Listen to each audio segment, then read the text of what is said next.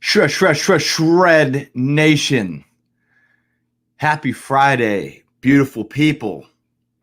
Welcome to episode 29 of the School of Shred, the almighty, the one and only holistic health and fitness show.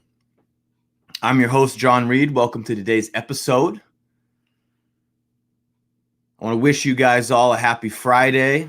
Let's end the week strong. We have a Q&A today. Got 5 good questions to go over with you guys.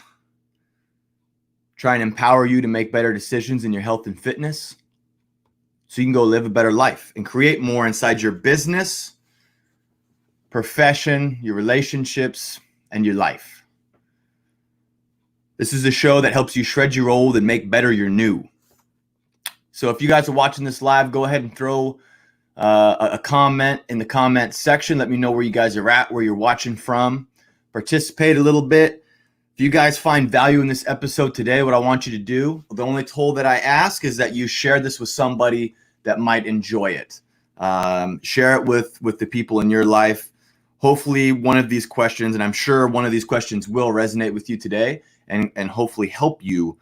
These are some questions that I got over the week from clients and different fans of the show.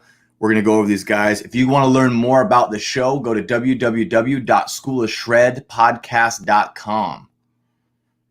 On that site, you can learn more about the show and you can get a free gift. If you want to listen to the show again, replays will be available on Facebook, Instagram, YouTube. And if you want just the audio, you can take the school on the go with the podcast app and Spotify. You can do a review on the podcast app. That helps tremendously get the show up, bump the ratings up.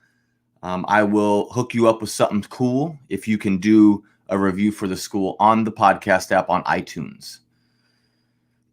With that, let's get started. So Q&A Friday, episode 29. Welcome, school. So the first question we got today is, how much water should I drink? So we did a whole episode on hydration a few weeks back, and I went deep into this, but I'll just touch on this again. So there's recommendations on water consumption a day.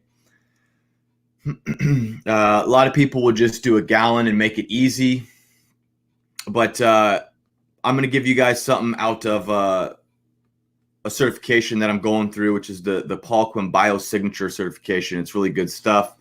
Really addresses the whole individual, the whole unit. It's not just nutrition. It's looking at lifestyle and whatnot as well.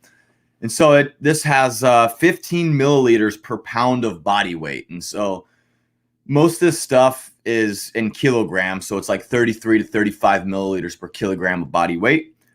I just divide that by 2.2 to get us our pounds of body weight thing. So 15 times whatever your body weight, that's going to give you how many milliliters you need to drink a day, roughly, right? It's a gradient. Everything's a gradient, but generally speaking, and then, that you can break that into liters. And so an example of that would be a 150-pound person.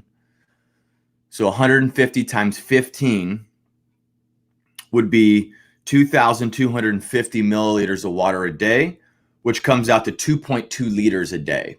So I usually have my big bottle that I think you guys have seen before, but I think it's like 48 ounces or something like that. And I believe 2 liters is like 2 of those. So looking at around 100 ounces of water a day for this 100-pound person, I think. Just go convert all that stuff online. But anyway, that's the answer to your question. Thank you for that. So 15 milliliters of water per pound of body weight a day to try and optimize hydration levels in the body so you can go perform better. And you guys got to remember, water is the world's first energy drink. Long before these canned energy supplements that we got and pre-workout drinks, folks just had water. So drink it. Thank you for your question. Question number 2 is, do I need a BCAA? Good question. So for those of you who don't know what BCAAs are, that stands for branched chain amino acid. There is 9 essential amino acids. 3 of them are called branched chain amino acids. They are leucine, isoleucine, and valine. Leucine is the one that you want to be the highest. There's usually like a 2:1 ratio in most supplements. If you guys are eating enough protein, you don't need this though.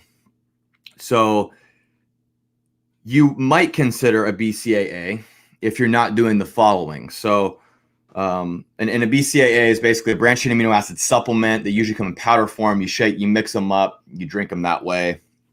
You can drink them during your workout or throughout the day. But if you're consuming 0.7 grams of protein per pound of body weight to 1 gram of protein per pound of body weight, you're getting enough protein a day. And all branched chain amino acids are, it's additional protein that's already broken down. So that's something to consider, is just because you see advertisements for BCAAs and building muscle doesn't mean that you can't get all of that through what you're already eating. So if you're eating a lot of good meats, eggs, things like that, and you're calculating your protein amount and you're getting enough, you don't need a BCAA. They can be helpful in certain scenarios, and we'll get into that here in a second. But if you're getting 0.7 to 1 gram of protein per pound of body weight, it's much less of an issue. You don't need to worry about it. You can save the money and put that back into good, humanely raised meat. Consuming at least 0.4 grams of protein per pound of body weight is going to be like the lower end of your threshold for protein. And so that's like the baseline amount to just maintain. So if you're getting, say for some reason, you eat the low protein diet right now. Maybe you're not tracking, maybe you're dieting too hard, maybe you don't like meat. So if you're getting 0.4 grams of protein per pound of body weight, then you might consider a BCAA supplement. But I always want to encourage the listener out there to eat it through whole natural sources and try to eat your protein through meat, through complete protein sources, through eggs, dairy if it doesn't bug your stomach, stuff like that. So, but you can do a BCAA if you're on the lower end of the spectrum. Are you exercising more than 5 times per week? Now, that's a bit of an arbitrary number, but I would recommend anybody who's exercising a bunch. There's a lot of catabolism going on inside your body. You're breaking your body down a lot. And so you might consider having a BCAA during your workouts at that point, during your workout, to try and help get more protein in. But if you're, the general trainee, you're training 3 to 5 times a week, maybe a couple of those is cardio, maybe a couple of those are just actually walking, you're not really tearing tissue apart, like with resistance training. Don't need to worry too much about it if you're getting 0.7 to 1 gram protein per pound of body weight. That's the current school of thought and research from many different certification bodies and some of the best, most educated people on the protein front. That's where I get that number from. And then if you're getting a BCAA supplement, consider the artificial sweeteners that are in it. And so there's a few good books that I've read that talk about how there could be an insulin response to even sucralose. Even though it doesn't raise your blood sugar, it's still essentially sending this sweet signal through your body, and so your pancreas will secrete insulin because of it. So it's a hard thing to test. You can't really self-test that on your own, but there is some interesting research out there on the effects of artificial sweeteners. And the thing is artificial. So the philosophy here at the School of Shred is the natural way is the way, and nature wasn't wrong. So caveman before spaceman. It's one of our guiding tenets. So with that said, try to find something that doesn't have artificial sweeteners in it. There's some good products out there, but you want to go more that natural route if you are going to do BCAAs. And I got to tell you, it's not going to taste as good. I wish it did, because most of these BCAAs that you can get from, the vitamin store, they taste like Kool-Aid. It's amazing, but they taste like Kool-Aid for a reason. And so we want to try and get away from these things that are hijacking our taste buds when we want to look at long-term health, okay? If you're not worried about long-term health, this might not be the show for you, and you might want to consume as many artificial sweeteners as you want. That's fine. That's not who I'm talking to, though. So thank you for your question. It's a really good question, though, and there's a lot of merit to that. And so it just depends. It depends if you're training a lot. If you're not getting enough protein, then you might want to consider having a BCAA supplement during your workout. Boom. Number 3, I feel tired in the afternoon. What can I do to get energy? Well, my friend, you could get some coffee with a little bit of whole cream in it. So one option is caffeine in the afternoon. So a coffee will give you about 120 milligrams of caffeine. Or if you want something more gentle, you can do green tea. So green tea, that same amount, if you were to have a similar amount, a cup of green tea would be about 45 milligrams of caffeine. Green tea has L-theanine in it, and L-theanine can help balance out the caffeine so you don't get so jittery. So I've mentioned before that with my afternoon caffeine dose, I actually supplement with a standalone L-theanine to just try and help kind of balance out the caffeine effect so I don't get too jittery and it doesn't keep me up later at night. Not consuming caffeine within 6 hours of bedtime. So that's something to look at, is caffeine. You can also, to energize the body, you can go for like a quick 10-minute walk. If you can get on a break at work or after work or after lunch, go and just work on just deep diaphragmatic breathing. This will help create this rest and digest response, and it calms and soothes the nervous system a bit, but it also oxygenates the body. And so I find that when I go out and I start walking around, if I do 2 to 3 walks a day, each time I do that, it energizes me. And I feel much better, especially if I'm at home working here in the office. And a very similar situation to most of you guys out there who are working in tech and, in the business field, and you're doing meetings and you're sitting a lot. Your blood's just sitting there pooling, and you can tend to get tired. And the reason that you feel tired is because there's it's part of your natural circadian rhythm to have an afternoon low. So if you look up circadian rhythm, you're going to get this big spike of kind of fight or flight dump right when you wake up in the morning. So cortisol spikes up, you have coffee. So you get this cortisol awakening response. So you're nice and high. And then as the day goes on, you kind of go through these little waves, which ultimately are supposed to lead to you winding down as the sun goes down, and it naturally gets your body ready for bed. So there is supposed to be a natural afternoon low. And so, a nice nap is a quick, 15, 20-minute power nap is great. But if you can't do that, sometimes that's frowned upon if you're in the office or if you got a meeting. People take it as disrespect if you're not awake for a meeting. You might want to just try getting a walk in. Okay. And then the last thing I got for you is box breathing. So you can do a box breathing technique through the diaphragm. And the diaphragm is when you breathe through the bottom pit of your stomach, so not through your chest. And so you actually want to breathe in for 4 seconds. You hold that breath in for 4 seconds, and then you exhale for 4 seconds.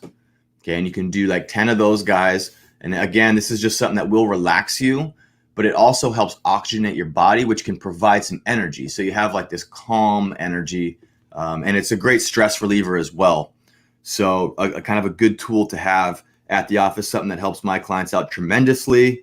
All my clients out there that are in tech and in executives in business. So thank you for your question. That's an awesome question. I'm sure a lot of people have that as well. We all kind of experience afternoon lows. Number 4, what's more important, the types of foods I eat or the calories? So this one is something that I have toiled with over the last 10 years. And I just, it's food type. It's food type. So the foods you eat it's not all about calories. And so there's some good books if you guys want to really like continue down the rabbit hole. There is Deep Nutrition with Dr. Kate Shanahan. There is the Obesity Code, and then what is the other one? I think it's just called Calories or something like that. But I can list it if you guys really want to know. But there's some great doctors that like talk about this whole idea of this hormonal response thing. And there's this idea, it's like it's either about calories or it's about the hormone response. And I've personally dieted both ways. I've done more of a if it fits your macros, like you just calculate everything and you sneak in like treats like ice cream and stuff. I've done that and I've gotten great shape doing that. The issue that I found with that is that I couldn't maintain that long term because I was not satiated, because my blood sugar was up and down. Eventually the wheels fell off. Now I was able to get in shape and my adherence went up. Yes. But the reality is moderation is really a cop out at a certain point. You like ultimately to be healthy, we want to eat earth grown nutrients, right? Because nature wasn't wrong. And so you can, in the beginning, to walk you down like off this ladder of the current lifestyle that we're all living, typically what I can do with a client is if the diet is completely erratic, like there's a lot of stuff that we might want to change as time goes on. That's fine. That's great. That's why they come to me. I have them do slow stuff first. And so it might be something like, okay, well, let's try and see how many calories you're eating. And then from there, what I'll do is I'll actually try to have them start eating the calories through whole, natural, earth-grown food. That is the most important, because what happens there is the potential for the cravings to stabilize. And so if you start getting good fats, good proteins, foods in their natural sources, you're not getting things with added sugars and they're overly processed. This can really help stabilize the hunger signals in the body, which as a result will make somebody eat less. It's not about trying to do controlled starvation. And that's what a lot of people do. And I've done that. And the issue with that is that you will get results if you restrict calories. But as you take in less calories, it's been shown over and over that you expend less calories and you might not even know it. So your non-exercise activity thermogenesis, which is all of the calories that you burn when you're not working out, that will go down whether you know or not. It will start to go down if you just are chronically under eating. And it doesn't matter. It's like you might be able to get away with eating some junk food and think that this diet is great. That's cool. If that helps you in the beginning, that's great. But ultimately, we should be concerned about the types of foods that we're getting our calories from. There's a thing called epigenetics, and food is information to our genetics, to our gene expression. And so we want to make sure that the calories we get, and we could talk about this in a one-year timeline or a 5-year timeline or a 10-year timeline. I'm within a 10-year timeline.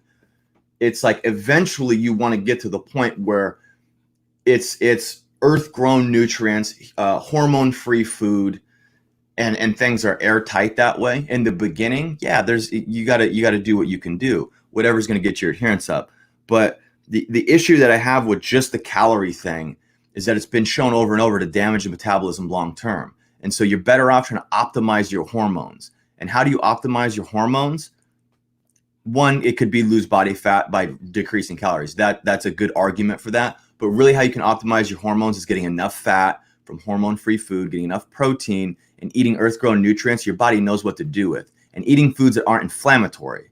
And earth-grown nutrients tend to be less inflammatory to your gut than processed foods with vegetable oils and polyunsaturated fats and such. So it's this question is a great question, because it's like, what's more important, the types of foods I eat or calories?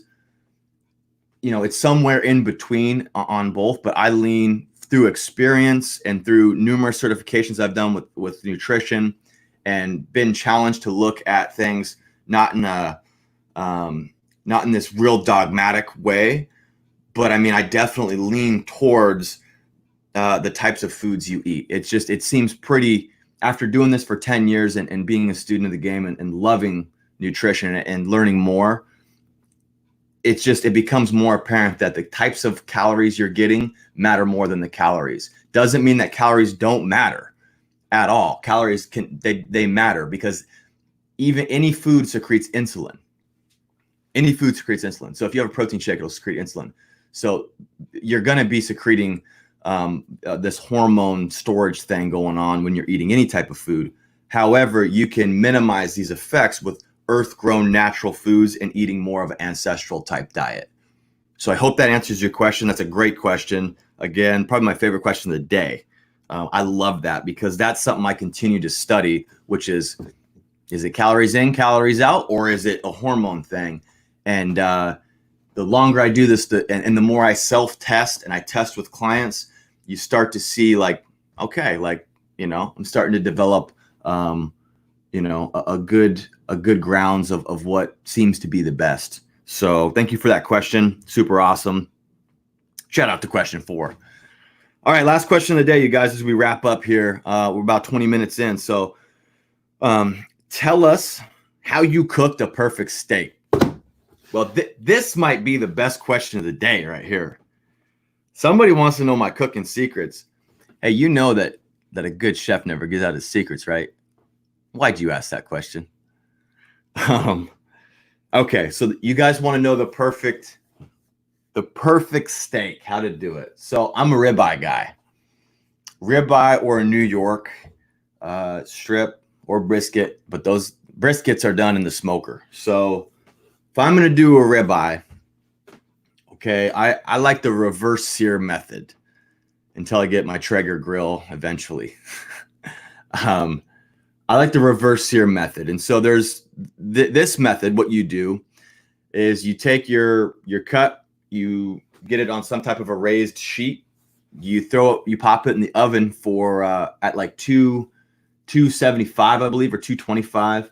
I've been cooking on the barbecue this summer, but I believe it's 225. And then you want to keep that guy in there for about 30 to 40 minutes, depending on how thick it is. And you want to check the internal temp. And then you just wait till the internal temp gets to where you want that steak to be. I like mine at 125, nothing over 130, or it goes to the dogs.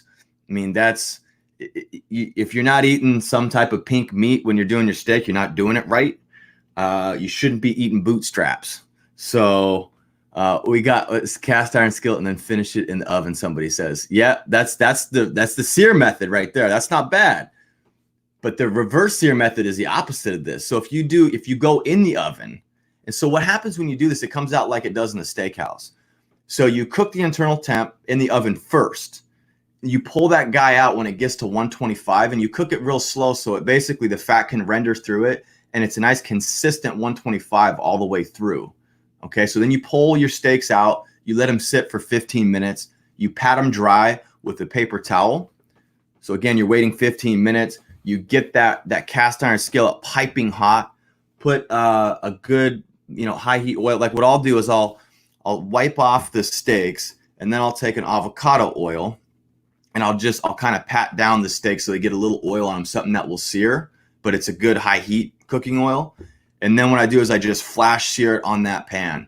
So it's basically the system is you cook it in the oven for about 30 minutes, 40 minutes to get it to the desired internal temperature, these steaks, pull them out, pat them dry, let them sit for 15 minutes and cool. And then you rub them with a little bit of oil, get your hot skillet going like real hot, like smoking out your house kind of thing. And then 30 to 60 seconds each side on that steak. And you're going to have a nice char on the outside of it. When you cut into that steak, man, it's going to be nice and consistently pink all the way through.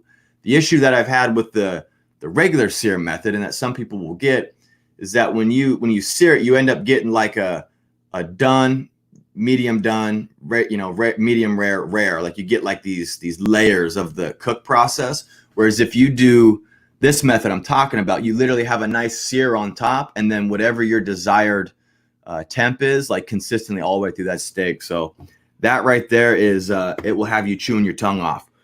That's one of my favorite ways to do it. And I'm a salt and pepper. The longer you cook, and any chef I know, shout out to all the chefs out there. Any chef I know, they always revert back to just the salt and pepper, Himalayan pink salt and pepper.